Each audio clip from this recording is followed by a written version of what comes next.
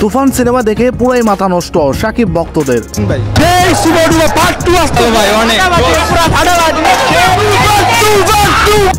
Cinema দেখে বের হয়ে আনন্দে আত্মহারা সকল সিনেপ্রেমীরা।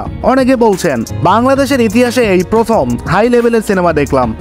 নিঃসন্দেহে এই সিনেমা দেশের গণ্ডি পেরিয়ে বিশ্ব কাঁপাবে।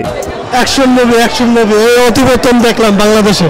শেষের সিনটা আমার অস্থির লাগছে যে তুফান, মনে করেন তুফান আবার জীবিত বাঘের উপরে হাত দিয়া, মানে সে একটা সিন।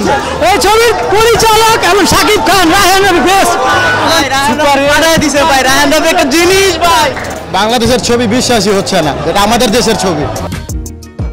অপরদিকে বলছেন তুফান যে এত ভালো সিনেমা হবে ধারণা করতে পারিনি, যতটুকু আশা করেছিলাম এর চেয়ে অনেক ভালো লেগেছে।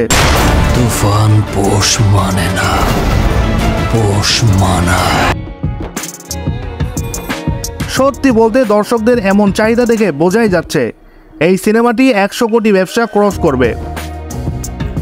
সো ভিউয়ার্স, সিনেমাটি আপনি যদি দেখে থাকেন কেমন লেগেছে জানিয়ে দিন ভিডিওর কমেন্ট বক্সে। লাইক সাবস্ক্রাইব করে সাথে থাকুন। ধন্যবাদ সবাইকে। আল্লাহ হাফেজ।